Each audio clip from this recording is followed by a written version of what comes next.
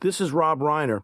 I've always told people that if you really want to enjoy The Princess Bride, you really must get the book, because the book is so dense and so rich with ideas and so much fun. There was no way we could get it all in the movie. And I think we did a credible job. I mean, we did as good a job and we were as faithful as we could possibly be. But I also recorded an audio version of the novel for Dove Entertainment.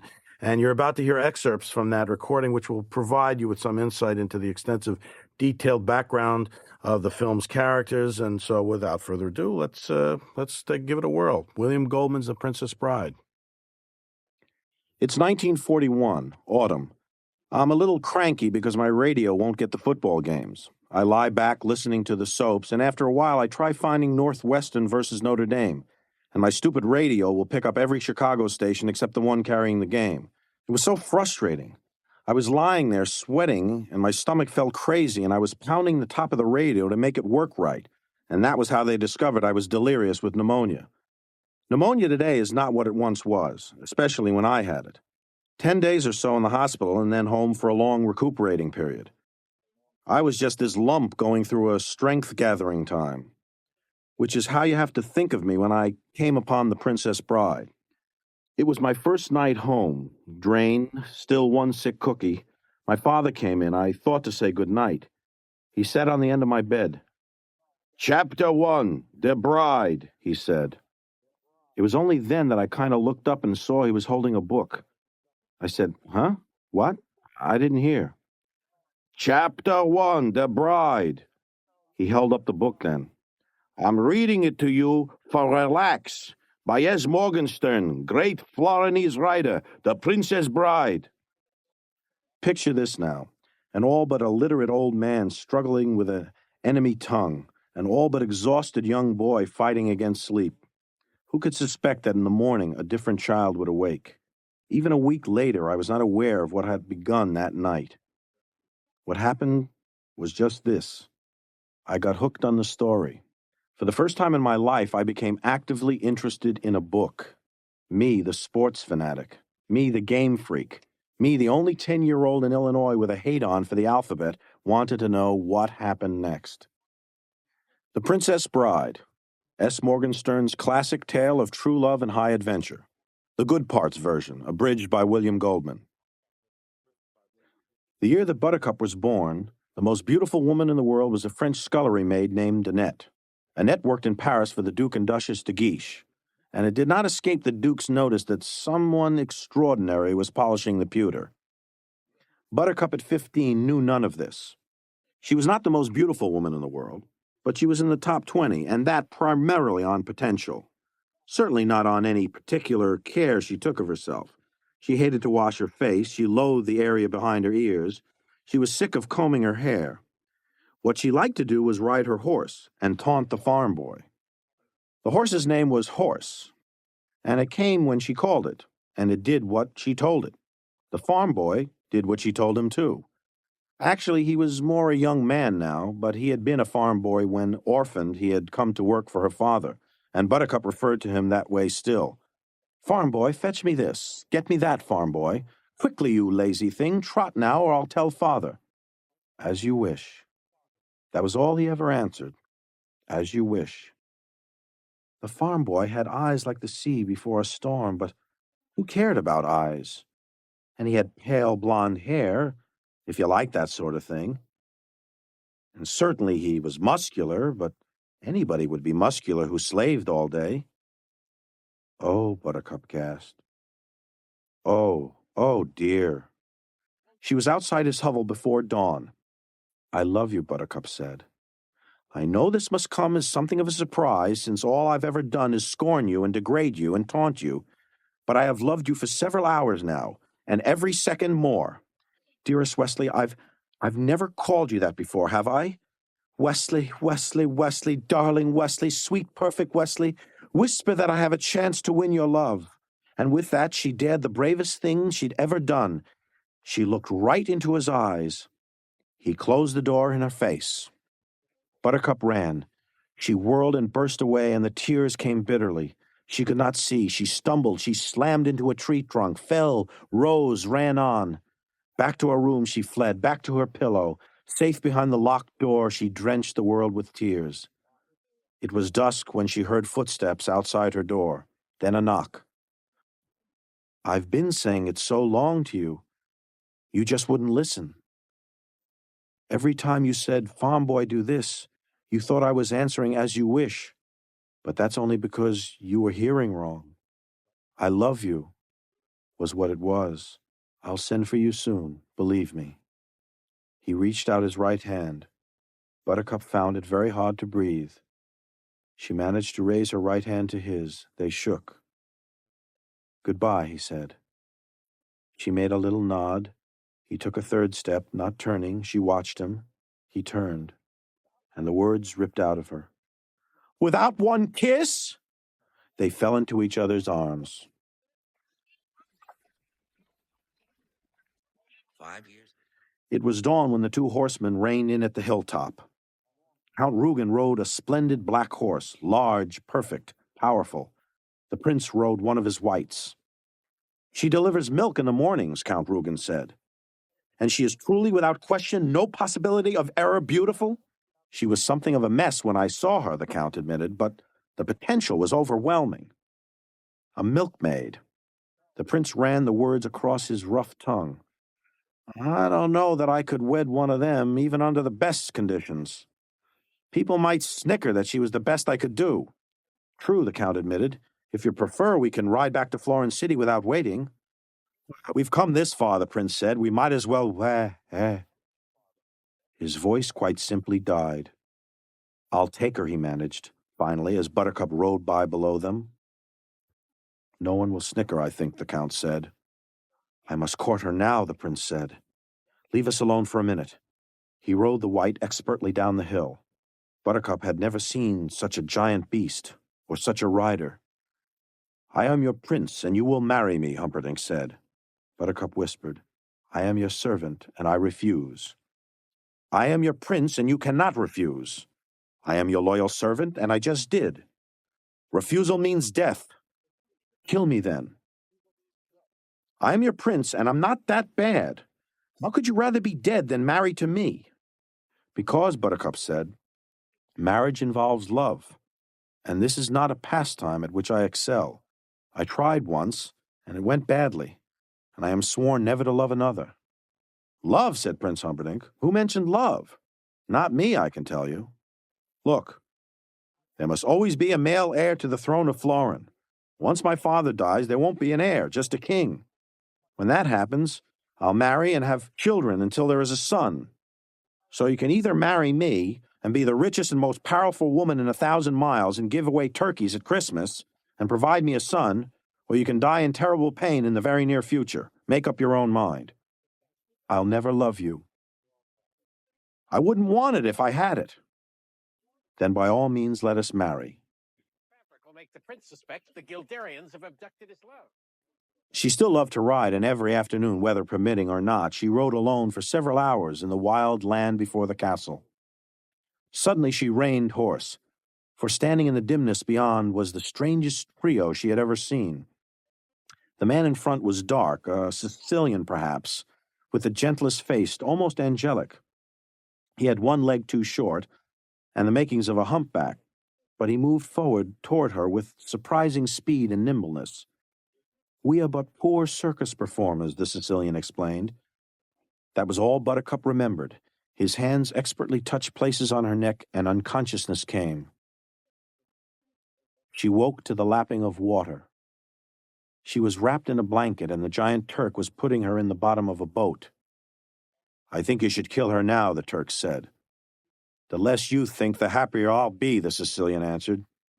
"She must be found dead on the Guilder frontier, or we will not be paid the remainder of our fee. Is that clear enough for you?" "I just feel better when I know what's going on, that's all," the Turk mumbled. "People are always thinking I'm so stupid because I'm big and strong and sometimes drool a little when I get excited." "The reason people think you're stupid," the Sicilian said, "is because you are stupid. It has nothing to do with your drooling." "Watch your heads," the Spaniard cautioned, and then the boat was moving. "The people of Florin will not take her death well, I should think. She has become beloved." There will be war, the Sicilian agreed. We have been paid to start it. It's a fine line of work to be expert in. If we do this perfectly, there will be continual demand for our services. Well, I don't like it all that much, the Spaniard said. Frankly, I wish you'd had refused. The offer was too high. I don't like killing a girl, the Spaniard said. God does it all the time. It doesn't bother him. Don't let it worry you. The Spaniard said, let's just tell her we're taking her away for ransom. The Turk agreed. She's so beautiful, and she'd go all crazy if she knew. She knows already, the Sicilian said. She's been awake for every word of this. How can you be sure, the Spaniard asked. The Sicilian senses all, the Sicilian said. Conceited, Buttercup thought. Yes, very conceited, the Sicilian thought. But for the first time, the Sicilian allowed himself a smile. All is well. We are miles ahead of anybody, and safe, safe, safe. No one could be following us yet, the Spaniard asked. No one, the Sicilian assured him. It would be inconceivable. Absolutely inconceivable? Absolutely, totally, and in all other ways inconceivable, the Sicilian reassured him. Why do you ask? No reason, the Spaniard replied. It's only that I just happened to look back and something's there. Something was indeed there.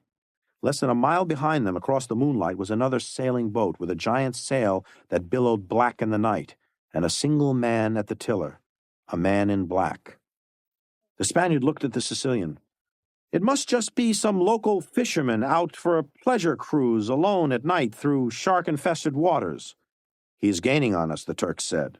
That is also inconceivable, the Sicilian said. Before I stole this boat we're in, I made many inquiries as to what was the fastest ship in all Florin Channel, and everyone agreed it was this one. Conceivable, believable, the giant thought. Only he didn't dare say it out loud. Not to the Sicilian. He might have whispered it to Inigo late at night. He might have also whispered, heavable, thievable, weavable, but that's as far as he got before the Sicilian started talking again, and that always meant that he had to pay very strict attention. Nothing angered the hunchback as quickly as catching Fezzik thinking. If he had found out Fezzik was making rhymes, he would have laughed and then found ways to make Fezzik suffer. She doesn't get eaten by the eels at this time. What? The eel doesn't Who can know when his world is going to change? Who can tell before it happens that every prior experience, all the years, were a preparation for nothing? My whole life really began with my father reading me the Morgenstern when I was 10, and long before I was ever married, I knew I was going to share it with my son. That's when I began to realize the problem. Morgenstern wasn't writing any children's book. He was writing a kind of satiric history on his country and the decline of the monarchy of Western civilization. But my father only read me the action stuff, the good parts. He never bothered with the serious side at all. Anyway, here's the good parts version. S. Morgenstern wrote it, and my father read it to me. And now I give it to you. The Sicilian had a dream. With his guile, plus the Turk's strength, plus the Spaniard's sword, they might become the most effective criminal organization in the civilized world, which is precisely what they became. But the hunchback was the leader. There was never doubt. Without him, Inigo knew where he would be, on his back begging wine in some alley entrance. Whoever he is, he's too late. There, the cliffs of insanity. And there they were, rising straight and sheer from the water 1,000 feet into the night. They provided the most direct route between Florin and Gilder, but no one had ever used them, sailing instead the long way, many miles around. Sail straight for the steepest part, the Sicilian commanded. Buttercup did not understand. Going up the cliffs could hardly be done, she thought, and no one ever mentioned secret passages through them. Yet there they were, sailing closer and closer to the mighty rocks, now surely less than a quarter-mile away. The humpback bounded forward, and as the ship reached the cliff face, he jumped up and suddenly there was a rope in his hand. Buttercup stared in silent astonishment. The rope, thick and strong, seemed to travel all the way up the cliffs. As she watched, the Sicilian pulled at the rope again and again, and it held firm. It was attached to something at the top, a giant rock, a towering tree, something. Fast now, the Sicilian ordered. If he's following us, which of course is not within the realm of human experience, but if he is, we've got to reach the top and cut the rope off before he can climb up after us. And then everyone got busy. The Spaniard took a rope, tied Buttercup's hands and feet. The Turk raised a giant leg and stomped down on the center of the boat, which gave way immediately and began to sink. Then the Turk went to the rope and took it in his hands. "Load me," the Turk said. The Spaniard lifted Buttercup and draped her body around the Turk's shoulders. Then he tied himself to the Turk's waist. Then the Sicilian hopped, clung to the Turk's neck. The Turk began to climb. It was at least 1,000 feet, and he was carrying the three, but he was not worried. When it came to power, nothing worried him. When it came to reading, he got knots in the middle of his stomach, and when it came to writing, he broke out in a cold sweat. But strength had never been his enemy. His might lay in his arms. They had reached the top of the cliffs, and first the Sicilian jumped off, and then the Turk removed the princess. And as the Spaniard untied himself, he looked back over the cliffs. The man in black was no more than 300 feet away. The Sicilian untied the rope from its knots around an oak. The rope seemed almost alive, the greatest of all water serpents, heading at last for home. It whipped across the cliff tops, spiraled into the moonlit channel. The Sicilian was roaring now, and he kept at it until the Spaniard had said, "He did it." "Did what?" The humpback came scurrying to the cliff edge. "Release the rope in time," the Spaniard said. "See?" He pointed down. The man in black was hanging in space, clinging to the sheer rock face, 700 feet above the water. "He can't hold on much longer," the Sicilian said. "He has to fall soon." It was at that moment that the man in black began to climb. Not quickly, of course, and not without great effort, but still there was no doubt that he was, in spite of the sheerness of the cliffs, heading in an upward direction. "Inconceivable!" the Sicilian cried. The Spaniard whirled on him. "Stop saying that word!" The Sicilian advanced on the Spaniard now, his wild eyes glittering at the insubordination. "We cannot take the risk of his seeing us with the princess, and therefore one of you must kill him." "Shall I do it?" the Turk wondered. The Sicilian shook his head. "No, Fezzik," he said finally. "I need your strength to carry the girl. Pick her up now and let us hurry along." He turned to the Spaniard. "We'll be heading directly for the frontier of Gilder. Catch up as quickly as you can once he's dead." The Spaniard nodded. The Sicilian hobbled away. The Turk hoisted the princess, began following the humpback. The Spaniard waved. "Farewell, Fezzik." "Farewell, Inigo," the Turk replied. And then he was gone, and the Spaniard was alone. Inigo hated waiting. So to make the time more pleasant, he pulled from the scabbard his only love, the six-fingered sword. How it danced in the moonlight. How glorious and true. Inigo brought it to his lips, and with all the fervor in his great Spanish heart, kissed the metal. In the mountains of central Spain, set high in the hills above Toledo, was the village of Arabella. There was no work, the dogs overran the streets, and there was never enough food. As to Inigo's personal life, he was always just a trifle hungry, he had no brothers or sisters, and his mother had died in childbirth. He was fantastically happy because of his father. Domingo Montoya made swords. If you wanted a fabulous sword, you went to Domingo Montoya. Inigo remembered exactly the moment it began. He was making lunch for them. His father always, from the time he was 6, let him do the cooking. When a heavy knocking came on the hut door. "Inside there," a voice boomed. "Be quick about it." Inigo's father opened the door. "Your servant," he said. "You're a sword maker," came the booming voice. "Of distinction? I have heard that this is true." Inigo crept up behind his father and peeked out. The booming voice belonged to a powerful man with dark hair and broad shoulders, who sat upon an elegant brown horse. A nobleman, clearly, but Inigo could not tell the country. "I am a great swordsman, but I cannot find a weapon to match my peculiarities, and therefore I am deprived of reaching my highest skills." "What are these peculiarities you speak of?" The noble held up his right hand. Domingo began to grow excited. The man had 6 fingers. "You see," the noble began. "Of course," Domingo interrupted. "The balance of the sword is wrong for you because every balance has been conceived of for 5. Clearly you understand the difficulties," the nobleman began. But Domingo had traveled where others' words could never reach him. Inigo had never seen his father so frenzied. The measurements, of course, each finger and the circumference of the wrist and the distance from the 6th nail to the index pad. And on he went till the noble dismounted and had to almost take him by the shoulders to quiet him. You will make me the greatest sword since Excalibur. I will beat my body into ruins for you. Perhaps I will fail, but no one will try harder. And payment? When you get the sword, then payment. I insist on leaving something on account. All right? 1 gold piece, leave that. But do not bother me with money when there is work that needs beginning. Come back in a year, Domingo said. And with that he set to work. Such a year. Domingo slept only when he dropped from exhaustion.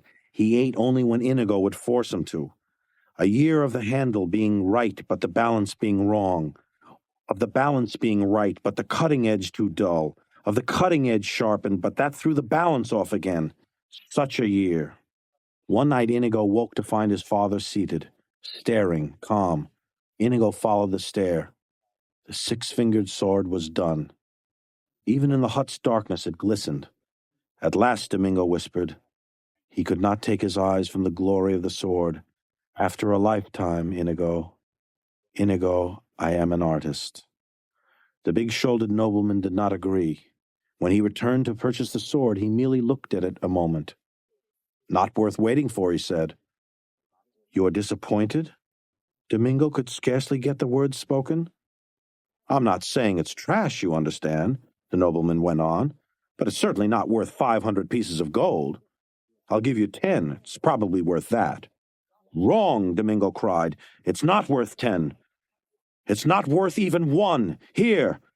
The gold piece is yours. You have lost nothing. He took back the sword and turned away. I'll take back the sword, the nobleman said. I didn't say I wouldn't take it. I only said I would pay what it was worth. Domingo whirled back, eyes bright. You quibbled. You haggled. Art is involved, and you saw only money. There is no more reason for you remaining here. Please go.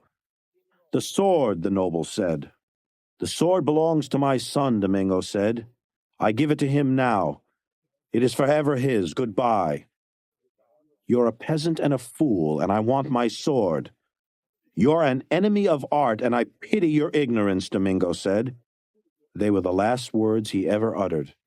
The noble killed him then with no warning. A flash of the nobleman's sword, and Domingo's heart was torn to pieces. Inigo screamed. The village heard. 20 men were at the door. The nobleman pushed his way through them. That man attacked me. He attacked me, and I defended myself. Now move from my way. It was lies, of course, and everyone knew it. But he was a noble, so what was there to do? They parted, and the nobleman mounted his horse. Coward! The nobleman whirled. Pig! Again the crowd parted.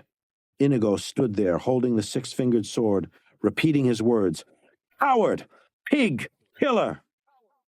Someone tend the babe before he oversteps himself, the noble said to the crowd. Inigo ran forward then, standing in front of the nobleman's horse, blocking the nobleman's path. He raised the 6-fingered sword with both his hands and cried, I, Inigo Montoya, do challenge you, coward, pig, killer, ass, fool, to battle. Get out of my way. Move the infant. The infant is 10 and he stays, Inigo said. Enough of your family is dead for one day. Be content, said the noble. When you beg me for your breath, then I shall be contented. Dismount. The nobleman dismounted. Draw your sword. The nobleman unsheathed his killing weapon. I dedicate your death to my father, Inigo said. Begin. They began. It was no match, of course. Inigo was disarmed in less than a minute. But for the first 15 seconds or so, the noble was uneasy. For even at the age of 10, Inigo's genius was there. Disarmed, Inigo stood very straight. He said not a word, begged nothing. I'm not going to kill you, the nobleman said, because you have talent and you're brave. But you're also lacking in manners. So I shall help you as you go through life by leaving you with a reminder that bad manners are to be avoided.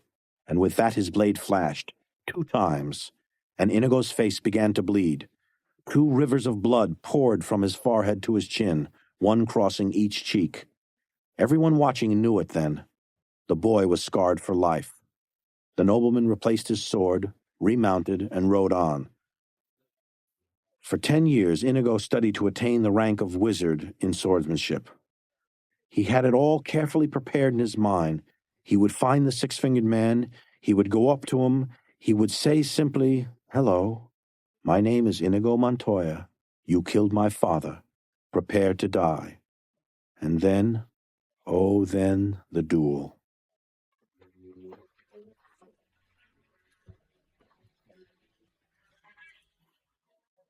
"He has beaten Inigo," the Turk said. Not quite sure he wanted to believe it, but positive that the news was sad. He liked Inigo. They were hurrying along a mountainous path on the way to the Gilda frontier, and Fezzik carrying Buttercup lightly on his shoulders. She was still tied hand and foot. "I didn't hear you. Say it again," the Sicilian called out, so Fezzik waited for the hunchback to catch up with him. "See?" Fezzik pointed then. Far down at the bottom of the mountain path, the man in black could be seen running. "Inigo is beaten." "Inconceivable!" exploded the Sicilian. Fezzik never dared disagree with the hunchback. "I'm so stupid," Fezzik nodded. "Inigo has not lost to the man in black. He has defeated him, and to prove it, he has put on all the man in black's clothes and mask and hood and boots and gained 80 pounds. The Sicilian squinted down toward the running figure. "Fool," he hurled back at the Turk. "After all these years, can't you tell Inigo when you see him? That isn't Inigo." Fezzik put the princess down and ripped the ropes apart that bound her legs. Then he rubbed her ankles so she could walk. The Sicilian grabbed her immediately and yanked her away. "Catch up with us quickly," the Sicilian said. "Instructions?" Fezzik called out, almost panicked. "Finish him! Finish him!" The Sicilian was getting peeved. "Succeed, since Inigo failed us." "But I can't fence. I don't know how to fence." "Your way." The Sicilian could barely control himself now. "Oh, yes, good, my way. Thank you, Vincini," Fezzik said to the hunchback, then summoning up his courage. "I think I need a hint." "Wait for him behind there," he pointed to a sharp bend in the mountain path, "and crush his head like an eggshell." He pointed to the cannonball-sized rocks. "I could do that, yes," Fezzik nodded. He was marvelous at throwing heavy things. "It just seems not very sportsmanlike, doesn't it?" They engaged. Fezzik let the man in black fiddle around for a bit, tested the man's strength, which was considerable for someone who wasn't a giant. Then, when he was quite sure that the man in black would not go to his maker embarrassed, Fezzik locked his arms tight around. Fezzik lifted and squeezed, and the man in black slipped free. "I don't understand a thing that's happening," Fezzik thought. "Could I be losing my strength?" Suddenly he knew. He had not fought against one man in so long, he had all but forgotten how. He had been fighting groups and gangs and bunches for so many years that the idea of having but a simple opponent was slow in making itself known to him, and suddenly he readjusted his style to what it once had been. By that time, the man in black had him by the throat. The man in black was riding him, and his arms were locked across Fezzik's windpipe, one in front, one behind. Fezzik reached back, but the man in black was hard to grasp. By now he had no air. Fezzik continued to struggle. He could feel a hollowness in his legs now. He could see the world beginning to pale. But he did not give up. He was the mighty Fezzik, lover of rhymes, and you did not give up, no matter what. Fezzik went to his knees. There is an instant between unconsciousness and death, and as the giant pitched onto the rocky path, that instant happened. And just before it happened, the man in black let go. Fezzik lay sprawled, faintly breathing. The man in black made his way back to where he had dropped his sword. He put it back on. 2 down, and the hardest one to go. Prince Humperdinck was shaped like a barrel. His chest was a great barrel chest, his thighs mighty barrel thighs. He was not tall, but he weighed close to 250 pounds, brick hard. He walked like a crab side to side, and probably if he had wanted to be a ballet dancer, he would have been doomed to a miserable life of endless frustration. But he didn't want to be a ballet dancer. Hunting was his love. Prince Humperdinck built the Zoo of Death. It was underground. The prince picked the spot himself in the quietest, remotest corner of the castle grounds, and he decreed there were to be 5 levels, all with the proper needs for his individual enemies. On the first level, he put enemies of speed. On the second level belonged the enemies of strength. The third level was for poisoners. The fourth level was the kingdom of the most dangerous, the enemies of fear. The fifth level was empty. The prince constructed it in the hopes of someday finding something worthy, something as dangerous and fierce and powerful as he was. If you wish her... And now it is down to you, and it is down to me. I understand completely what you're trying to do, the Sicilian said. You wish to keep the princess alive for ransom, whereas it is terribly important to me she stop breathing in the very near future. Has it occurred to you that I have gone to great effort and expense, as well as personal sacrifice, to reach this point, the man in black replied, and that if I fail now, I might get very angry? And if she stops breathing in the very near future, it is entirely possible that you will catch the same fatal illness? I have no doubt you could kill me. I cannot compete with you physically, and you are no match for my brains. You are that smart. There are no words to contain all my wisdom. I am so cunning, crafty, and clever, so filled with deceit, guile, and chicanery, as diabolical as I am vulpine, as tricky as I am untrustworthy. Well, I told you there were not words invented yet to explain how great my brain is. In that case, said the man in black, I challenge you to a battle of wits. Vizzini had to smile. For the princess? Correct. I accept, cried Vizzini. Begin the battle. Pour the wine, said the man in black. Vizzini filled the 2 goblets with deep red liquid. The man in black pulled from his dark clothing a small packet and handed it to the hunchback. Open it and inhale, but be careful not to touch.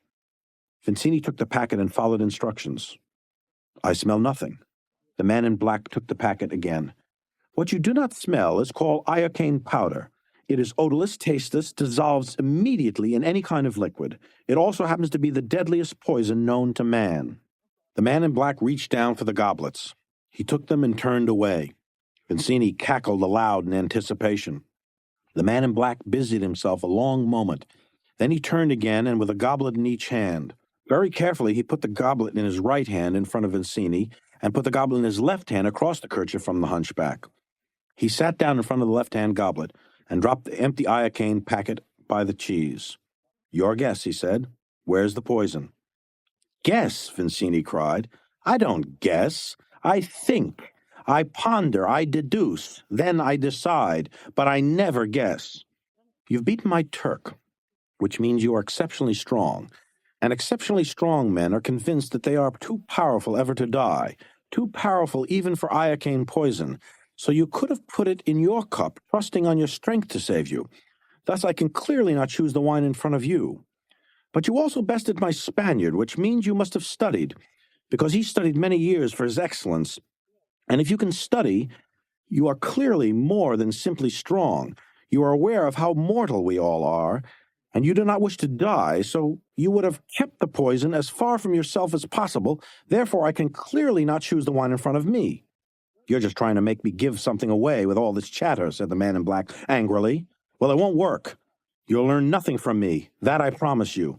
I have already learned everything from you, said the Sicilian. I know where the poison is. Only a genius could have deduced as much.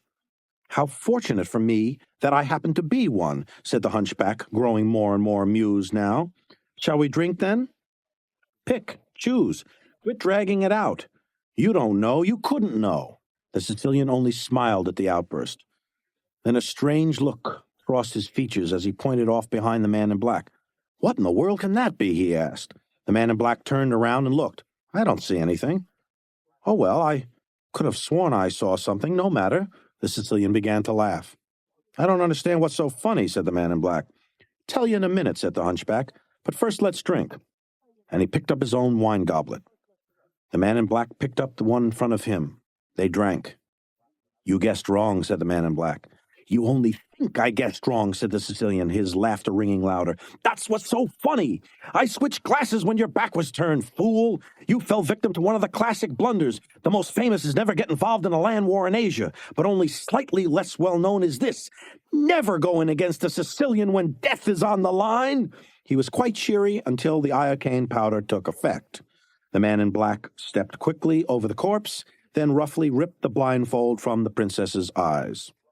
I heard everything that happened, Buttercup began, and then she said, oh, because she had never been next to a dead man before. You killed him, she whispered finally. I let him die laughing, said the man in black. Pray I do as much for you. He lifted her, slashed her bonds away, put her on her feet. Buttercup looked at him. He was terrifying to her, masked and hooded and dangerous. His voice was strained, rough.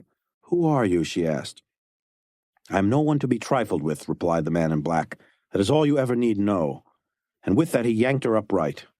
They proceeded along the mountain path to an open space. The man in black stopped then. There were a million stars fighting for prominence, and for a moment he seemed to be intent on nothing less than studying them all, as Buttercup watched his eyes flick from constellation to constellation behind his mask. Then, with no warning, he spun off the path, heading into wild terrain, pulling her behind him. She tumbled. He pulled her to his feet. Again she fell. Again he righted her. "I cannot move this quickly." "You can, and you will, or you will suffer greatly." "Do you think I could make you suffer greatly?" Buttercup nodded. "Then run," cried the man in black, and he broke into a run himself, flying across the rocks in the moonlight, pulling the princess behind him. "Where do you take me?" Buttercup gasped when he gave her a chance to rest. "Surely even someone as arrogant as you cannot expect me to give an answer.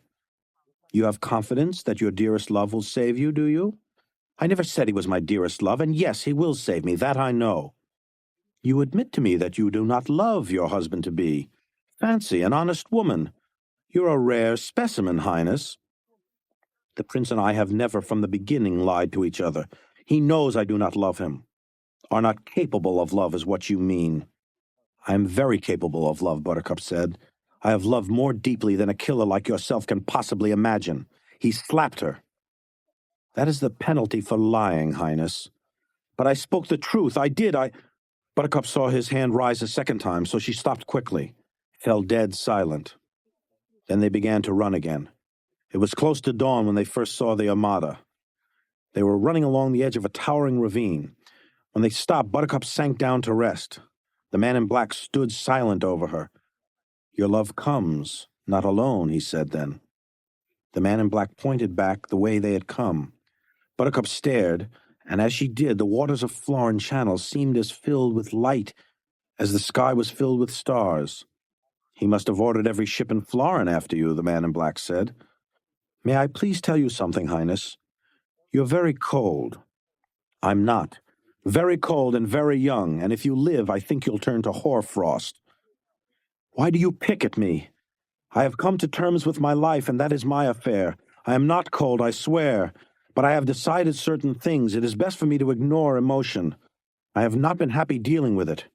"I loved once," Buttercup said after a moment. "It worked out badly." "Another rich man?" "Yes, he left you for a richer woman." "No, poor, poor, and it killed him." "Were you sorry? Did you feel pain?" "Admit that you felt nothing." "Do not mock my grief. I died that day." The armada began to fire signal cannons. The explosions echoed through the mountains. The man in black stared as the ships began to change formation. And while he was watching the ships, Buttercup shoved him with all her strength remaining. For a moment, the man in black teetered at the ravine edge. His arms spun like windmills fighting for balance. They swung and gripped the air, and then he began to slide. Down went the man in black, stumbling and torn and reaching out to stop his descent, but the ravine was too steep, and nothing could be done. Finally, he rested far below, silent and without motion. "You can die too, for all I care," she said, and then she turned away. Words followed her, whispered from far, weak and warm and familiar. "As you wish." Dawn in the mountains. Buttercup turned back to the source of the sound and stared down, as in the first light the man in black struggled to remove his mask. "Oh, my sweet Wesley," Buttercup said, "what have I done to you now?" From the bottom of the ravine there came only silence. Buttercup hesitated not for a moment. Down she went after him. She fell fast and she fell hard, but that did not matter, since she would have gladly dropped 1,000 feet onto a bed of nails if Wesley had been waiting at the bottom. Tossed and spinning, crashing, torn, all out of control, she rolled and twisted and plunged, cartwheeling toward what was left of her beloved. At this point in the story, my wife wants it known that she feels violently cheated not being allowed the scene of reconciliation on the ravine floor between the lovers. My reply to her is simply this. A, each of God's beings, from the lowliest on up, is entitled to at least a few moments of genuine privacy. B, what actually was spoken, while moving enough to those involved at the actual time, flattens like toothpaste when transferred to paper for later reading. My dove, my only, bliss, bliss, etc., etc., etc. C, nothing of importance in an expository way was related, because every time Buttercup began, "Tell me about yourself," Wesley quickly cut her off with, "Later, beloved, now's not the time." So he and Buttercup fled along, both of them very much aware that gigantic forces were following behind them, and undoubtedly cutting into their lead. Wesley, naturally enough, was considerably ahead of Buttercup with the realization that they were heading into the fire swamp. Whether it was a touch of sulfur riding a breeze or a flick of yellow flame, far ahead in the daylight, he could not say for sure. With any luck at all, he said, we should soon be safely in the fire swamp. Buttercup heard his speech, of course, but she did not take it well. Buttercup stared at the fire swamp. As a child, she had once spent an entire nightmared year convinced that she was going to die there. Now she could not move another step. The giant trees blackened the ground ahead of her. From every part came the sudden flames. "You cannot ask it of me," she said. "I must. I once dreamed I would die here. So did I. So did we all. Were you 8 that year?" "I was. 8, 6, I can't remember." Wesley took her hand. She could not move. "Must we?" Wesley took her in his arms. "Child, sweet child, I have a knife. I have a sword. I did not come across the world to lose you now." Buttercup was searching somewhere for a sufficiency of courage. Evidently, she found it in his eyes. Hand in hand, they moved into the shadows of the fire swamp. Wesley led the way. Buttercup stayed just behind, and they made, from the outset, very good time. The main thing she realized was to forget your childhood dreams, for the fire swamp was bad, but it wasn't that bad. The sudden burst of flames were easily avoided because just before they struck, there was a deep kind of popping sound clearly coming from the vicinity where the flames would then appear. "We must get through the fire swamp," Wesley began, "for one and good and simple reason. On the far end of the fire swamp is the mouth of the giant Eel Bay, and anchored far out in the deepest waters of that bay is the great ship Revenge. The Revenge is the sole property of the dread pirate Roberts." "The man who killed you?" Buttercup said. "That man? The one who broke my heart? The dread pirate Roberts? Took your life. That was the story I was told." "Quite correct," Wesley said, "and that ship is our destination." "You know the dread pirate Roberts? You're friendly with such a man?" "It's a little more than that," Wesley said. "I am the dread pirate Roberts." "I fail to see how that is possible, since he has been marauding for 20 years, and you only left me 3 years ago." "I myself am often surprised at life's little quirks," Wesley admitted. "Did he in fact capture you when you were sailing for the Carolinas?" "He did. His ship Revenge captured the ship I was on, the Queen's Pride, and we were all to be put to death." "But Roberts did not kill you?" "Clearly." "Why?" "I cannot say for sure, but I think it was because I asked him please not to. The please, I suspect, aroused his interest. At any rate, he held off with his sword long enough to ask, 'Why should I make an exception of you?' And I explained my mission, and how I had to get to America to get money to reunite me with the most beautiful woman ever reared by man, namely you. 'And if you will let me live,' I said, 'I will be your personal valet and slave for 5 full years. And if I ever once complain or cause you anger, you may chop my head off, then and there, and I will die with praise for your fairness on my lips.'" "What happened?" Buttercup urged. "Go on." "At the end of 1 year, my captain said to me, 'Enough of this valet business, Wesley. From now on, you are my second in command. I'm going to retire soon, Wesley, and the Revenge will be yours.' He agreed to let me assist him in the next few captures and see how I liked it, which I did. Not only did I like it, but it turned out I was talented as well. So talented that Robert said to me one April morning, 'Wesley, the next ship is yours. Let's see how you do.' That afternoon, we spotted a fat Spanish beauty loaded for Madrid. I sailed up close. They were in a panic. "Who is it?" their captain cried. "Wesley," I told them. "Never heard of you," he answered, and with that they opened fire. Disaster. They had no fear of me at all. I was so flustered I did everything wrong, and soon they got away. Roberts called me to his cabin. "Buck up," he told me. "What I am about to tell you I have never said before, and you must guard it closely. I am not the dread pirate Roberts," he said. "My name is Ryan. I inherited this ship from the previous dread pirate Roberts, just as you will inherit it from me." I confessed my confusion. "It's really very simple," Ryan explained. "After several years, the original Roberts was so rich he wanted to retire. Clooney was his friend and first mate, so he gave the ship to Clooney, who had an identical experience to yours. The first ship he attempted to board nearly blew him out of the water. So Roberts, realizing that the name was the thing that inspired the necessary fear, sailed the Revenge to port, changed crews entirely, and Clooney told everyone he was the dread pirate Roberts. And who was to know he was not? When Clooney retired rich, he passed the name to Cummerbund to me, and I, Felix Raymond Ryan, now dub thee Wesley, the dread pirate Roberts." Wesley smiled at Buttercup. "So now you know. And you should also realize why it is foolish to be afraid." "But I am afraid." "It will all be happy at the end. Consider. A little over 3 years ago you were a milkmaid and I was a farm boy. Now you're almost a queen and I rule uncontested on the water. Surely such individuals were never intended to die in a fire swamp." "How can you be so sure?" "Well, because we're together, hand in hand, in love." "Oh, yes," Buttercup said. "I keep forgetting that." Both her words and her tone were a trifle standoffish, something Wesley surely would have noticed had not a ROUS, a rodent of unusual size, attacked him from the tree branch, sinking its giant teeth into his unprotected shoulder, forcing him to earth in a very unexpected spurt of blood. The other two that had been following launched their attack then too, ignoring Buttercup, driving forward with all their hungry strength to Wesley's bleeding shoulder. The rats struggled with each other to reach Wesley's wound. Their enormous front teeth tore at the unprotected flesh of his left shoulder. And he had no idea if Buttercup was already half devoured. He only knew that if he didn't do something desperate right then and right there, she soon would be. So he intentionally rolled his body into a spurt of flame. His clothes began to burn, that he expected. But more important, the rats shied away from the heat and the flames for just an instant. But that was just enough for him to reach and throw his long knife into the heart of the nearest beast.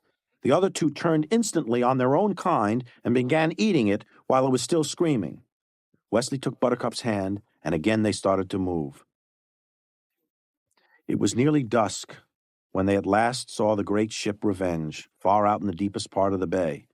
Wesley, still within the confines of the fire swamp, sank, beaten, to his knees. For between him and his ship were more than a few inconveniences. From the north sailed in half the great armada, from the south now the other half, 100 mounted horsemen, armored and armed. In front of them the Count, and out alone in front of all, the 4 whites, with the prince astride the leader. Wesley stood. "We took too long in crossing. The fault is mine." "I accept your surrender," the prince said. Wesley held Buttercup's hand. "No one is surrendering." "Surrender!" the prince shouted. "Death first!" Wesley roared. "Will you promise not to hurt him?" Buttercup whispered. "What was that?" the prince said. "What was that?" Wesley said. Buttercup took a step forward and said, "If we surrender freely and without struggle, if life returns to what it was one dusk ago, will you swear not to hurt this man?" Prince Humperdinck raised his right hand. "I swear on the grave of my soon-to-be-dead father and on the soul of my already dead mother that I shall not hurt this man, and if I do, may I never hunt again, though I live 1,000 years." Buttercup turned to Wesley.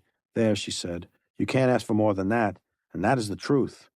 "The truth," said Wesley, "is that you would rather live with your prince than die with your love." "I would rather live than die, I admit it." "We were talking of love, madam." There was a long pause. Then Buttercup said it. "I can live without love." And with that she left Wesley alone. Prince Humperdinck watched her as she began the long cross to him. "When we are out of sight," he said to Count Reuben, "take that man in black and put him in the 5th level of the Zoo of Death." Buttercup went away with him. Wesley watched it all. He stood silently at the edge of the fire swamp. He had been bitten, cut, gone without rest, had assaulted the cliffs of insanity, had saved and taken lives. He had risked his world, and now it was walking away from him, hand in hand with a ruffian prince. Then Buttercup was gone, out of sight. Wesley sagged. "Come, sir," Count Rugen approached. "We must get you safely to your ship." "We are both men of action," Wesley replied. "Lies do not become us." "Well spoken," said the Count, and with one sudden swing he clubbed Wesley into insensitivity. Wesley fell like a beaten stone, his last conscious thought being of the Count's right hand. It was six-fingered, and Wesley could never quite remember having encountered that deformity before. Wesley awoke chained in a giant cage. His shoulder was beginning to fester from the gnawing and digging that the ROUSs had done into his flesh. He ignored his discomfort momentarily to try and adjust to his surroundings. Shortly after his return to consciousness, an albino appeared, bloodless, with skin as pale as dying birch. The albino held a tray which carried many things, bandages and food, healing powders and brandy. "Where are we?" from Wesley. A shrug from the albino. "Who knows I'm here?" Whispered. "I know. They know." "They?" Shrug. "The prince and the count, you mean?" Nod. "And that is all?" Nod. "Am I to die then?" Shrug. Wesley closed his eyes. There was pain coming, and he had to be ready for it. He had to prepare his brain. He had to get his mind controlled and safe from their efforts, so that they could not break him. He would not let them break him. That night they began to torture Wesley. The Count set fire to Wesley's hands. Nothing permanent or disabling. He just dipped Wesley's hands in oil and brought a candle close enough to set things bubbling. When Wesley had screamed, "No one, no one, no one on my life!" a sufficient number of times, the Count dipped Wesley's hands in water, and he and the prince left via the underground entrance. Wesley suffered not at all throughout. His screaming was totally a performance to please them.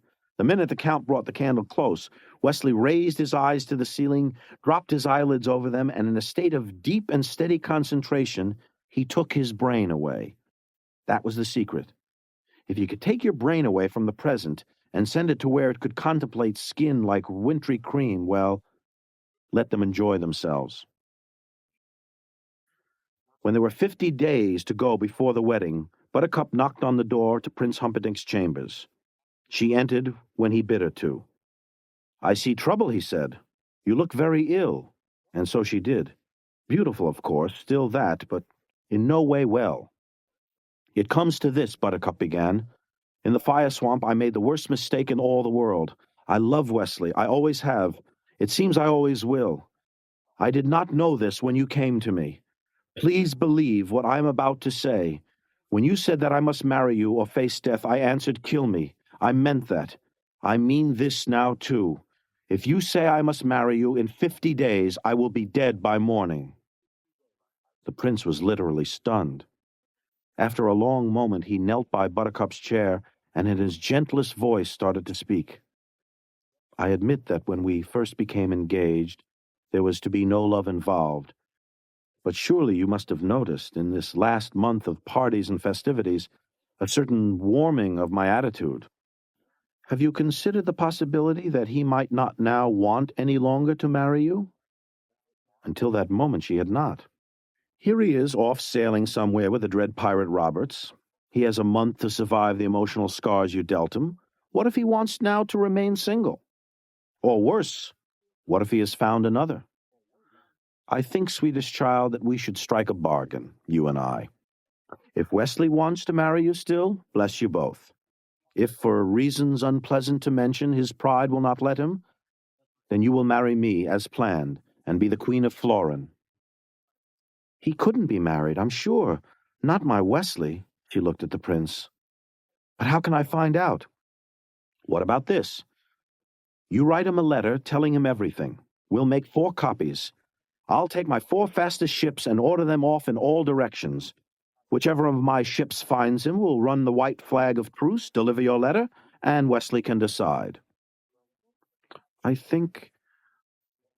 not sure, but I definitely think that this is the most generous decision I have yet heard. Do me this favor in return, then. Until we know Wesley's intentions one way or another, let us continue as we have so the festivities will not be halted. And if I seem too fond of you, remember I cannot help myself. There was no doubt whatsoever in his mind that he was going to seem too fond of her in the days ahead, because when she died of murder on their wedding night, it was crucial that all Florin realized the depth of his love. Since then, no one would dare hesitate to follow him in the revenge he was to launch against Gilder. At first, when he hired the Sicilian, he was convinced it was best that someone else do her in. And when the man in black had somehow materialized to spoil his plans, the prince came close to going insane with rage. But now his basically optimistic nature had reasserted itself. The people were infatuated with Buttercup now, as they had never been before her kidnapping. And when he announced from his castle balcony that she had been murdered, he already saw the scene in his mind. He would arrive just too late to save her from strangling, but soon enough to see the Gilderian soldiers leaping from the window of his bedroom to the soft ground below. When he made that speech to the masses on the 500th anniversary of his country, well, there wouldn't be a dry eye on the square. And although he was just the least bit perturbed, since he had never actually killed a woman before with his bare hands, there was a first time for everything. Besides, if you wanted something done right, you did it yourself. Prince Humperdinck realized just 12 days before his wedding day that he had neglected to set in motion the crucial Gilder section of his plan, so he called Yellen to the castle late one night. Yellen was chief of all enforcement in Florin City. "Your Highness," Yellen said. He was small but crafty, with darting eyes and slippery hands. Prince Humperdinck came out from behind his desk. "I have heard from unimpeachable sources that men from Gilder have of late begun to infiltrate our thieves' quarter. They are disguised as Florinese, and I am worried. I want the thieves' quarter emptied and every villain jailed until I am safely on my honeymoon." Yellen bowed and started to leave. And that was when the scream began. Yellen had heard many things in his life, but nothing quite so eerie as this. It was actually a wild dog on the first level of the zoo, but no wild dog had ever shrieked like that before. But then no wild dog had ever been put in the machine. Count Rugen left the zoo and ran toward Prince Humperdinck's chambers. When Yellen was gone and they were alone, the Count bowed to His Majesty. "The machine," he said at last, "works." When the Count appeared with the machine, Wesley was not particularly perturbed. As a matter of fact, he had no idea what the Count was bringing with him into the giant cage. As a matter of absolute fact, the Count was bringing nothing. It was the albino who was doing the actual work, making trip after trip with thing after thing. "This is the machine," the Count said when they were alone. "I've spent 11 years constructing it. As you can tell, I'm rather excited and proud." But Wesley, as the lever moved, took his brain away, and when the machine began, Wesley was stroking her autumn-colored hair and touching her skin of wintry cream, and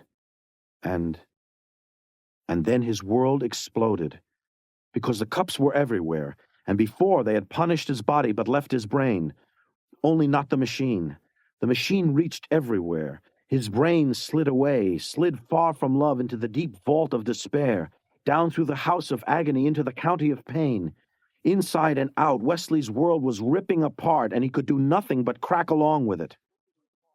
The Count turned off the machine then, and as he picked up his notebooks, he said, "As you no doubt know, the concept of the suction pump is centuries old. Well, basically, that's all this is, except instead of sucking water, I'm sucking life. I've just sucked away 1 year of your life. Later, I'll set the dial higher, certainly to 2 or 3, perhaps even to 5. Theoretically, 5 should be 5 times more severe than what you've just endured.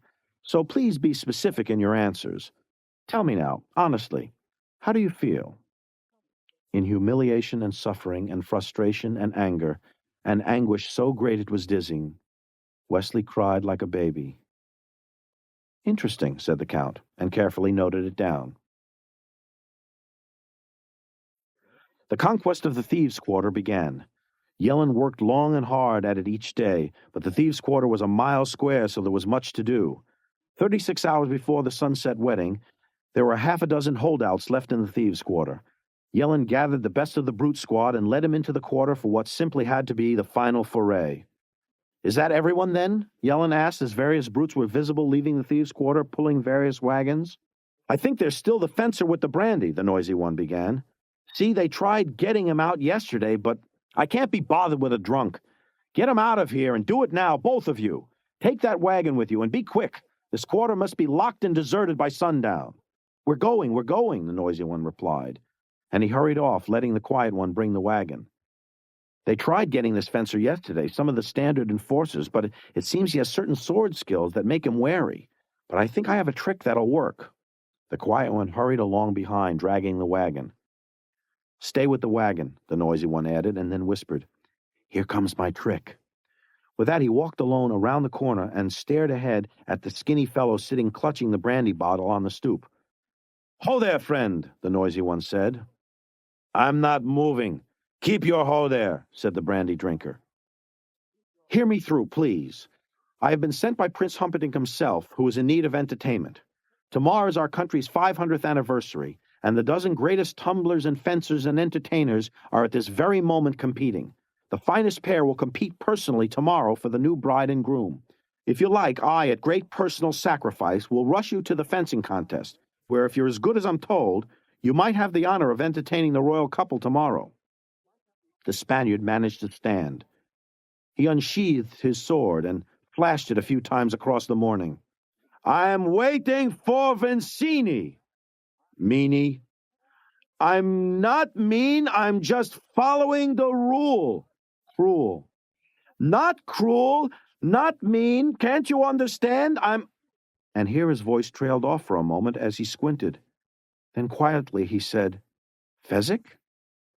From behind the noisy one, the quiet one said, "Who's Sezzik?" Inigo took a step from his stoop, trying desperately to make his eyes focus through the brandy. "Sezzik? Is that a joke you made?" The quiet one said, "Played." Inigo gave a cry and started staggering forward. "Fezzik, it's you!" "True!" And he reached out, grabbed Inigo just before he stumbled, brought him back to an upright position. Splat! Fezzik dumped the noisy brute into the wagon, then hurried back to Inigo, whom he had left leaning, propped against a building. "It's just so good to see you," Fezzik said then. "Oh, it is, but—" Inigo's voice was winding steadily down now. "I'm too weak for surprises," were the last sounds he got out before he fainted from fatigue and brandy and no food. Fezzik hoisted him up with one arm, took the wagon in the other, and hurried to an empty house in the thieves' quarter. The unexpected smell of hot food brought Inigo around, and he lay in bed, eating every bite Fezzik fed him. "You'll be as strong as ever by sundown," Fezzik promised.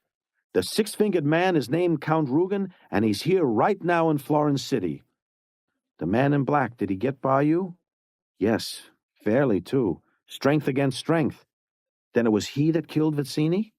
"That is my belief." "All right, Vizzini is dead. Enough of that. Tell me briefly where the six-fingered Rugen is so I may kill him." "That may not be so easy, Inigo, because the Count is with the Prince, and the Prince is in this castle, and he is pledged not to leave it until after his wedding. And all the entrances but the main one are sealed for safety, and the main doors are guarded by 20 men. And then Inigo was up, blazing about the kitchen, and for the first time his fingers were snapping with excitement. "I need the man in black. A, I need to reach Count Rugen to at last avenge my father.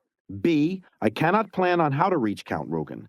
C, Vizzini could have planned it for me, but C prime, Vizzini is unavailable. However, D, the man in black outplanned Vizzini, so therefore E, the man in black, can get me to Count Rugen." It was dusk when they began their search blindly through all of Florence City. Dusk, a day before the wedding. It was dusk when Buttercup went to see the prince. "Beloved," he said, "come in. A moment more is all I need." And he turned back to Yellen, who was with him. "Look at her, Yellen, my bride-to-be. Has any man ever been so blessed? The wedding is tomorrow sunset. My bride and I will ride my whites to Florin Channel, surrounded by all your enforcers. There we will board a ship and begin our long-awaited honeymoon, surrounded by every ship in the Florin Armada." "Every ship but 4, Buttercup corrected. He blinked at her a moment in silence. Then he said, blowing her a kiss, but discreetly so Yellen couldn't see, "Yes, yes, how forgetful I am, every ship but 4. He turned back to Yellen. But in his blink, in that following silence, Buttercup had seen it all. The 4 ships were never sent, Buttercup said. Don't bother lying to me any more. Whatever was done for your own good, Sweet Pudding. It doesn't matter whether you sent the ships or not. Wesley will come for me. You're a silly girl. Now go to your room. Yes, I am a silly girl. And yes, again, I will go to my room. And you are a coward with a heart filled with nothing but fear." Prince had to laugh. "The greatest hunter in the world, and you say I am a coward? I do indeed. I think you hunt only to reassure yourself that you are not what you are, the weakest thing ever to walk the earth. He will come for me, and then we will be gone, and you will be helpless for all your hunting, because Wesley and I are joined by the bond of love, and you cannot track that, not with 1,000 bloodhounds, and you cannot break it, not with 1,000 swords." Humperdinck screamed toward her then, ripping at her autumn hair, yanking her from her feet and down the long, curving corridor to her room, where he tore that door open and threw her inside and locked her there and started running for the underground entrance to the Zoo of Death. And down he plunged. And when he threw the door of the 5th-level cage open, even Count Rugen was startled at the purity of whatever the emotion was that reflected in the prince's eyes. The prince moved to Wesley. "She loves you," the prince cried. "She loves you still, and you love her. So think of that. Think of this, too. In all this world, you might have been happy, genuinely happy. Not one couple in a century has that chance. Not really, no matter what the storybooks say. But you could have had it. And so I think no one will ever suffer a loss as great as you." And with that, he grabbed the dial and pushed it all the way forward, and the Count cried, "Not to 20!" But by then it was too late. The death scream rose into the night. "I don't like that sound," Fezzik said, his skin for the moment cold. Inigo grabbed the giant, and the words began pouring out. Fezzik, that is the sound of ultimate suffering. I know that sound. That was the sound in my heart when Count Rugen slaughtered my father, and I saw him fall. The man in black makes it now. You think that's him? Who else has cause for ultimate suffering this celebration night?" And with that, he started to follow the sound. The albino came out, pulled the cups from the corpse, decided to burn the body on the garbage pyre behind the castle, which meant a wheelbarrow. He finally got the barrow out and was just passing the false and deadly supposed main entrance to the zoo when "I'm having the devil's own trouble tracking that scream" was spoken to him, and the albino whirled to find, there in the castle grounds, a blade-thin stranger with a sword in his hand. The sword suddenly flicked its way to the albino's throat. "Did the scream come from that place?" The fellow indicated the main entrance. "Nod. I need this man, so be quick." "He is on the bottom level, 5 levels down." "Quiet him a while, Fezzik." From behind him, the albino was aware of a giant shadow moving. Funny, he thought, the last thing he remembered. I thought that was a tree. And so, with an urgency that would soon turn to deep regret, Inigo and Fezzik approached the Zoo of Death. "Quite a bizarre place," Inigo said, moving past several large cages in which were cheetahs and hummingbirds and other swift things. At the end of the hall, there was another door with a sign above it saying, "To Level 2. They opened the door and saw a flight of stairs leading very steeply down. "Careful," Inigo said. "Stay close to me and watch your balance." They started toward the 2nd level. "If I tell you something, will you promise not to laugh at me or mock me or be mean to me?" Fezzik asked. "My word," Inigo nodded. "I'm just scared to pieces," Fezzik said. "Be sure it ceases," Inigo said right back. "Oh, that's a wonderful rhyme." "Some other time," Inigo said, making another, feeling quite bright about the whole thing. The staircase was straight and very long, but eventually they reached the end of it. Another corridor lined with cages, big ones though, and inside great baying hippos and a 20-foot alligator thrashing angrily in shallow water. "We must hurry," Inigo said, picking up the pace, much as we might like to dawdle. And he half ran toward a sign that said, "To Level 3. Inigo opened the door and looked down, and Fezzik peered over his shoulder. Inigo said. He started down the curving stairs, Fezzik following, and as the door closed behind them, 2 things happened. 1, the door quite clearly locked. 2, out went the candles on the high walls. "Don't be frightened," Inigo screamed. I'm not! Fezzik screamed right back, and then above his heartbeat he managed, "What are we going to do?" "Look, We can't go back, and we certainly don't want to stay here, so we just must keep on going as we were before these little things happened. Any serious snake enthusiast would admit, whatever his schooling, that the Arabian Garstini, though shorter than the python and lighter than the anaconda, was quicker and more ravenous than either. And Prince Humperdinck's was not only remarkable for its speed and agility, it was also kept in a permanent state just verging on the outskirts of starvation. So the first coil came like lightning as it dropped from above them and pinioned their hands so the fist and sword were useless, and the second coil imprisoned their arms. "And do something," Inigo cried. "I can't, I'm caught, you do something. Fight it, Fezzik. It's too strong for me. Nothing's too strong for you." The third coil was done now, around the upper shoulders, and the fourth coil, the final coil, involved the throat. Inigo whispered in terror because he could hear the beast breathing now, could actually feel its breath. "Fight it, I'm... Fezzik trembled with fear and whispered, "Forgive me, Inigo. Oh, Fezzik. What? I had such rhymes for you." "What rhymes?" The fourth coil was finished. "Inigo, what rhymes?" Silence. Snake breath.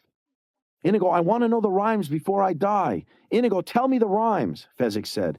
And by now he was very frustrated, and more than that, he was spectacularly angry. And one arm came clear of one coil, and that made it a bit less of a chore to fight free of the second coil. And his hands grabbed toward the snake breath. And he gave it a smash against the wall, and the snake hissed and spit, but the fourth coil was looser. So Fezzik smashed it again, and when the snake was dead, Inigo said, "Actually, I had no specific rhymes in mind. I just had to do something to get you into action." "You lied to me, is what you're saying. My only friend in all my life turns out to be a liar." He started tromping down the stairs. Inigo stumbled after him. Fezzik reached the door at the bottom and threw it open and slammed it, with Inigo just managing to slip inside before the door crashed shut. It locked immediately. At the end of this corridor, the "To the Level 4" sign was clearly visible, and Fezzik hurried toward it. "Stop," Inigo said. "At least examine where we're going." It was a straight staircase, but completely dark. The opening at the far end was invisible. "It can't be as bad as where we've been," Fezzik snapped, and down he went. In a way, he was right. For Inigo, bats were never the ultimate nightmare. Oh, he was afraid of them, like everybody else, and he would run and scream if they came near. In his mind, though, hell was not bat-infested. But Fezzik was a Turkish boy, and people claim the fruit bat from Indonesia is the biggest in the world. Try telling that to a Turk sometime. Try telling that to anyone who has heard his mother scream, "Here come the king bats!" followed by the poisonous fluttering of wings. "Here come the king bats!" Fezzik screamed, and he was, quite literally, as he stood halfway down the dark steps, paralyzed with fear. And behind him now, doing his best to fight the darkness, came Inigo. And he had never heard that tone before, not from Fezzik. And Inigo didn't want bats in his hair either, but it wasn't worth that kind of fright. So he started to say, "What's so terrible about King Bats?" But what was all he had time for before Fezzik cried, "Rabies! Rabies!" And that was all Inigo needed to know, and he yelled, "Down, Fezzik!" As the fluttering grew louder, and with all the strength he slammed the giant on the shoulder, hollering, "Down!" "Be still," Inigo commanded. And that was the last sound he made, because he needed his ears now, and he tilted his head toward the flutter, the great sword firm in his right hand, the deadly point circling slowly in the air. "Come on," Inigo was about to say, but there was no need, because with a rush of wings he had expected, and a high, long shriek he had not, the first king bat swooped down at him. The six-fingered sword drove through like butter. They were coming at him from two sides. Inigo knew he was not about to lose this fight, and from his throat came the words, "I am Inigo Montoya, and still the wizard. Come for me." And when he heard three of them fluttering, he wished he had just been a little bit more modest, but it was too late for that. And now there were 7 king bats, and his sword completely out of balance. And that would have been a bad thing, except for one important aspect. The fluttering was done. "Some giant you are," Inigo said then, and he stepped over Fezzik and hurried down the rest of the darkened stairs. They turned the knob on the door at the bottom of the black stairs and stepped onto the 4th level. They started toward the sign that said, "To Level 5, passing strange cages." "This is the worst yet," Inigo said. Then he jumped back because behind a pale glass case, a blood eagle was actually eating what looked like an arm. "Hurry," Inigo said. They opened the door and looked down toward the 5th level. The door they opened had no lock, so it could not trap them. The stairs were all brightly lit, and the stairs were absolutely straight, and it wasn't a long flight at all. And there was nothing inside. It was bright and clean and totally, without the least doubt, empty.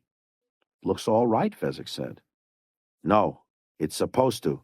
That's to fool us. Whatever we've gotten by before, this must be worse." "But there's nothing to see, Inigo." Inigo nodded. "That's why I'm so frightened." He took another step down toward the final, ornate green-handled door. The green-speckled recluse doesn't destroy as quickly as the stonefish. But gram for gram, nothing in the universe comes close to the green-speckled recluse. Among other spiders, compared with the green-speckled recluse, the Black Widow was a rag doll. Prince Humperdinck's recluse lived behind the ornate green handle on the bottom door. She rarely moved unless the handle moved. Then she struck like lightning. If you were Fezzik and you hadn't much brain power and you found yourself 4 stories underground in a zoo of death looking for a man in black that you really didn't think was down there, what did you do? If you were Fezzik, you panicked. So Fezzik did what he always did in a panic situation. He bolted. He just yelled and jumped for the door and slammed it open with his body, never even bothering with the niceties of turning the pretty green handle. And as the door gave behind his strength, he kept right on running until he came to the giant cage, and there, inside and still, lay the man in black. At 5 o'clock, Max was in the basement sipping coffee, remembering about the pill. "I think I messed up the amounts," he thought. "Didn't they want an hour? When I doubled the recipe, I didn't do enough." He didn't think it would work over 40 minutes. The man in black was nearly stiff when Fezzik reached the castle wall. "How long do you think we'll have to wait before we know if the miracle's on or not?" "Your guess is as good as mine," Inigo said. "Get his mouth as wide open as you can and tilt his head back a little, and we'll just drop it in and see." Fezzik worked at the dead man's mouth a while, got it the way Inigo said, tilted the neck perfect the first time, and Inigo knelt directly above the cavity, dropped the pill down, and as it hit the throat, he heard, "Couldn't beat me alone, you dastards!" "You're alive!" Fezzik cried.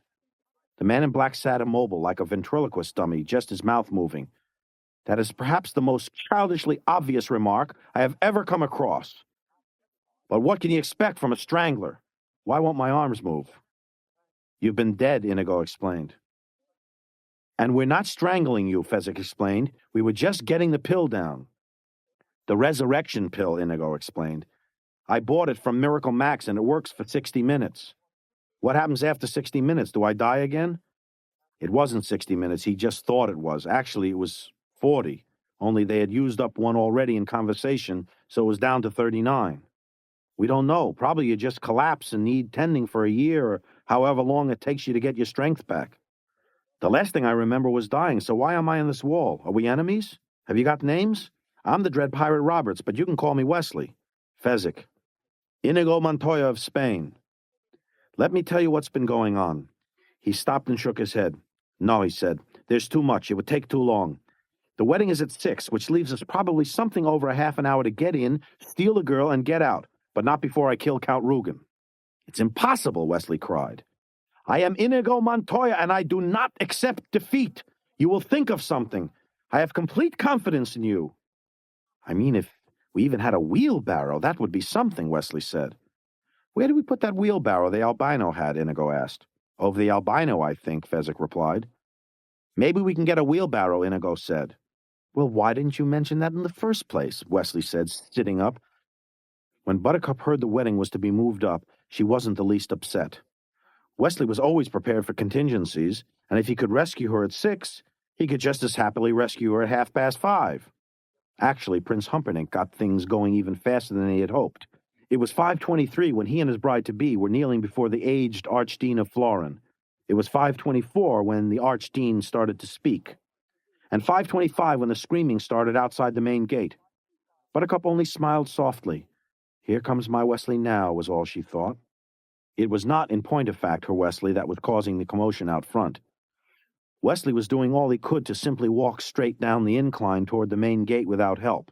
Ahead of him, Inigo struggled with the heavy wheelbarrow. The reason for its weight was that Fezzik stood in it, arms wide, eyes blazing, voice booming, in terrible rage. "I am the Dread Pirate Roberts, and there will be no survivors. He was standing there, gliding down through the darkness, quite an imposing figure, seeming all in all probably close to 10 feet tall, with voice to match. But even that was not the cause of the screaming. When the giant got halfway down the incline, he suddenly, happily, burst into flames and continued his trip, saying, "No survivors! No survivors!" in a manner that could only indicate deadly sincerity. It was seeing him happily burning and advancing that started the brute squad to screaming. And once that happened, why, everybody panicked and ran. Once the panic was underway, Yellen realized he had next to no chance of bringing things immediately under control. Fortunately, he had the sense to grab the one and only key to the castle and hide it on his person. Fortunately, too, Wesley had the sense to look for such behavior. "Give me the key," Wesley said to Yellen, once Inigo had his sword securely pressing Yellen's Adam's apple. "I have no key," Yellen replied. "I swear on the grave of my parents. May my mother's soul forever sizzle in torment if I am lying." "Tear his arms off," Wesley said to Fezzik, who was sizzling a bit himself now because there was a limit to just how long the Holocaust cloak he had acquired at Miracle Max's was really good for, and he wanted to strip a bit, but before he did that, he reached for Yellen's arms. "This gate key, you mean?" Yellen said, and he dropped it. And after Inigo had taken his sword, they let him run away. "Open the gate," Wesley said to Fezzik. "Man and wife, you're man and wife," the Archdeacon said. "Thank you, Holiness," the prince said, whirling towards Rugen. "Stop that commotion," he commanded, and before his words were finished, the Count was running for the chapel door. It took a full 3 minutes for the Count and the guards to reach the gate, and when they did, the Count could not believe it. He had seen Wesley killed, and now there was Wesley, and with a giant and a strangely scarred, swarthy fellow. Something about the twin scars banked deep into his memory. But now was not the time for reminiscing. "Kill them," he said to the fencers, "but leave the middle-sized one until I tell you," and the 4 guards drew their swords. But too late and too slow, because as Fezzik moved in front of Wesley, Inigo attacked, the great blade blinding, and the 4th guard was dead before the first one had sufficient time to hit the floor.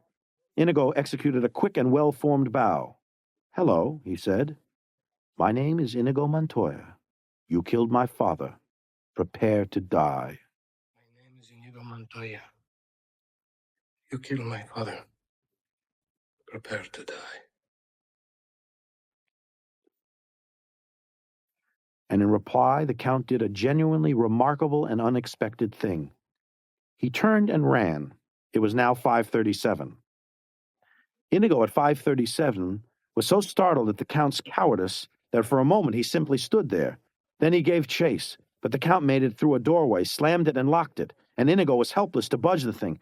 "Fezzik," he called out desperately. "Fezzik, break it down!" Fezzik lumbered to the door, threw his bulk against it hard. The door gave some, a little, but not enough. Fezzik backed away from it now. With a roar, he charged across the corridor, and when he was close, he left the castle floor with both feet, and the door splintered. Thank you, Inigo said, already halfway through the broken door.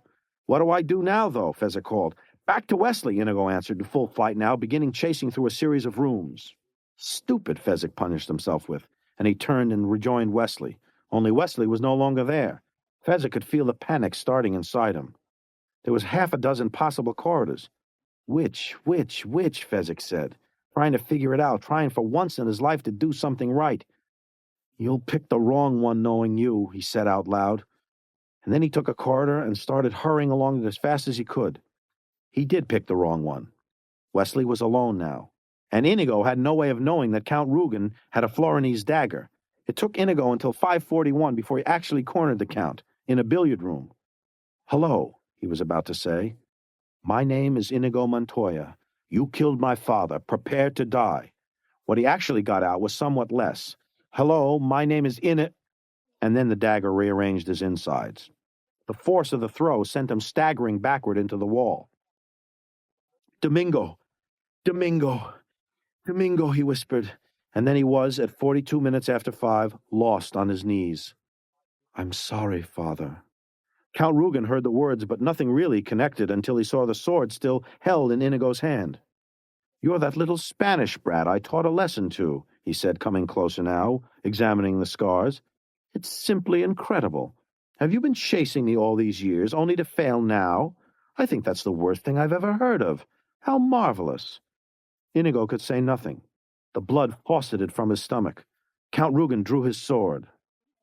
I don't want your sorry. My name is Domingo Montoya, and I died for that sword, and you can keep your sorry. If you were going to fail, why didn't you die years ago and let me rest in peace? The truth of Buttercup's situation did not take genuine effect until she was halfway to Humperdinck's room. There was no Wesley. No sweet Wesley.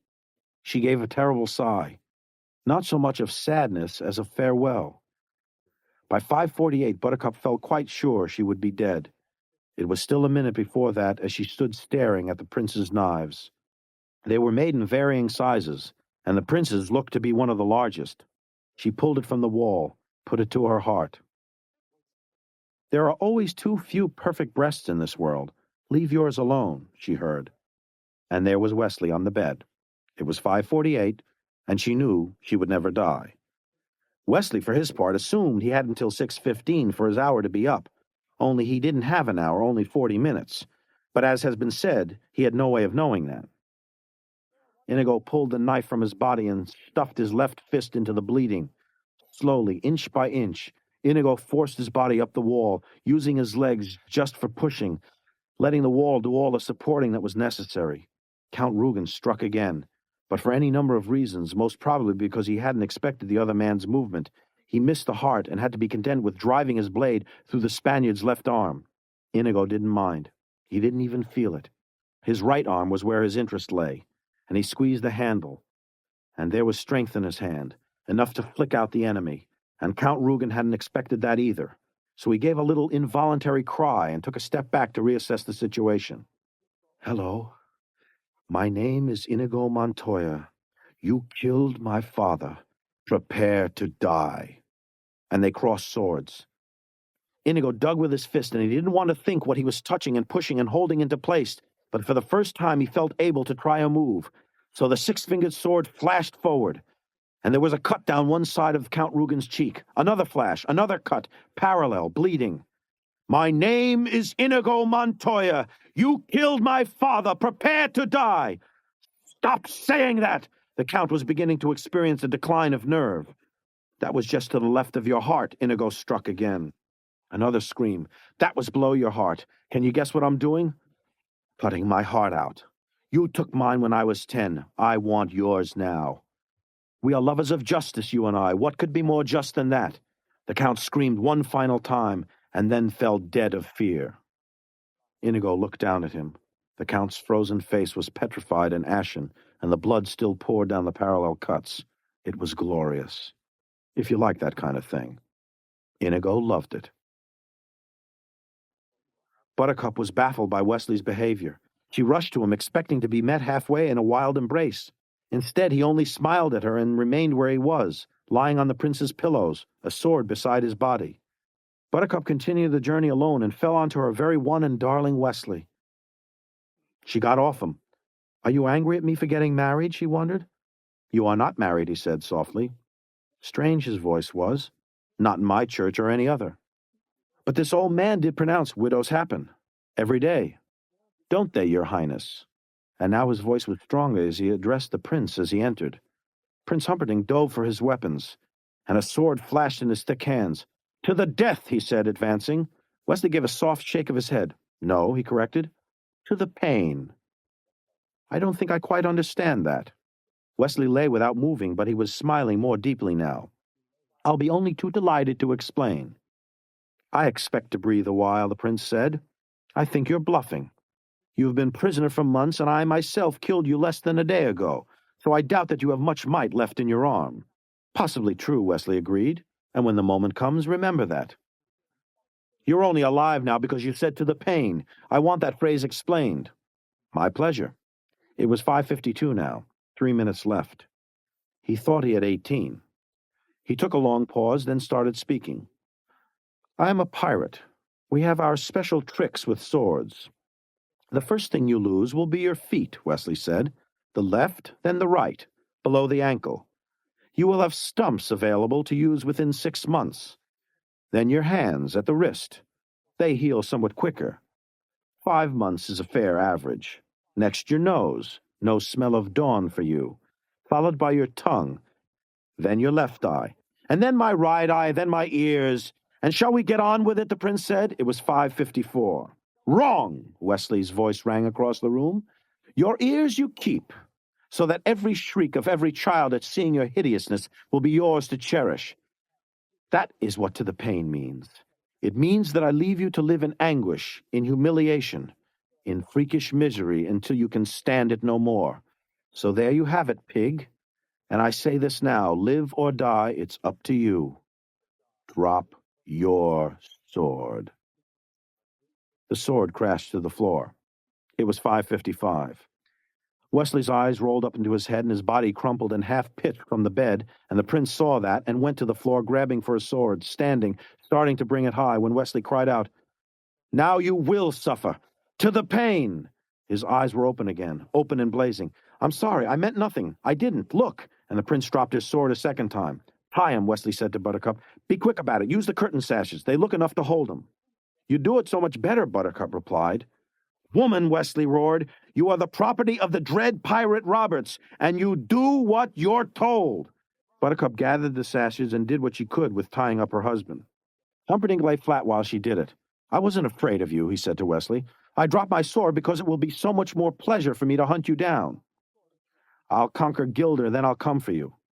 The corner you least expect, when you round it, you will find me waiting. I am the king of the sea. I await you with pleasure." There was a movement at the doorway, and Inigo was there. Buttercup cried out at the blood. Inigo ignored her, looked around. "Where's Fezzik?" "Isn't he with you?" Wesley said. "Did you at least win your battle?" And Inigo said, "I did." And Wesley said, "Let's try to find some place to defend ourselves. At least perhaps we can go together." And Buttercup said, "I'll help you, poor darling." And Fezzik said, "Oh, Inigo, I need you. Please, Inigo. I'm lost and miserable and frightened, and I just need to see a friendly face." They moved slowly to the window. Wandering lost and forlorn through the prince's garden was Fezzik, leading the 4 giant whites. "Here," Inigo whispered. "Oh, Inigo, I just ruined everything, and I got so lost, and when I stumbled into the stables and found these pretty horses, I thought 4 was how many of them there were, and 4 was how many of us there were, too, if we found the lady. Hello, lady. And I thought, why not take them along with me in case we all ever run into each other? And I guess we just did." So while Humperdinck struggled, they jumped, one at a time, and Fezzik caught them gently and put them on the whites, and he still had the key so that he could get out of the front gate. And except for the fact that Yellen had regrouped the brute squad, they would have gotten out without any trouble at all. As it was, when Fezzik unlocked the gate, they saw nothing but armed brutes in formation, Yellen at their lead, and no one smiling. Wesley shook his head. "I'm dry of notions." "Child's play," of all people Buttercup said, and she led the group toward Yellen. "The Count is dead. The prince is in grave danger. Hurry now, and you may yet save him. All of you, go." Not a brute moved. "They obey me," Yellen said, "and I'm in charge of enforcement, and I," Buttercup said. "I," she repeated, standing in the saddle, a creature of infinite beauty and eyes that were starting to go frightening. "I," she said for the 3rd and last time, "am the Queen." There was no doubting her sincerity, or power, or capability of vengeance. She stared imperiously across the brute squad. "Save Humperdinck," one brute said, and with that they all dashed into the castle. "Save Humperdinck," Yellen said, the last one left, but clearly his heart wasn't in it. "All I can say is I'm impressed," Wesley told her as they began to ride for freedom. Buttercup shrugged. "I've been going to royalty school for 3 years now. Something had to rub off. You all right? I was worried about you back there on the bed. Your eyes rolled up into your head and everything. I suppose I was dying again, so I asked the Lord of permanent affection for the strength to live the day. Clearly the answer came in the affirmative." "I didn't know there was such a fellow," Buttercup said. "Neither did I, in truth, but if he didn't exist, I didn't much want to either." The 4 great horses seemed almost to fly toward Florin Channel. "It appears to me as if we're doomed, then," Buttercup said. Wesley looked at her. "Doomed, madam, to be together, until one of us dies." "I've done that already, and I haven't the slightest intention of ever doing it again," Wesley said. Buttercup looked at him. "Don't we sort of have to sometime?" "Not if we promise to outlive each other, and I make that promise now." Buttercup looked at him. "Oh, my Wesley, so do I." From behind them, suddenly, closer than they imagined, they could hear the roar of Humperdinck. "Stop them! Cut them off!" They were admittedly startled, but there was no reason for worry. They were on the fastest horses in the kingdom, and the lead was already theirs. However, this was before Inigo's wound reopened, Wesley relapsed again, and Fezzik took the wrong turn, and Buttercup's horse threw a shoe, and the night behind them was filled with the crescendoing sound of pursuit.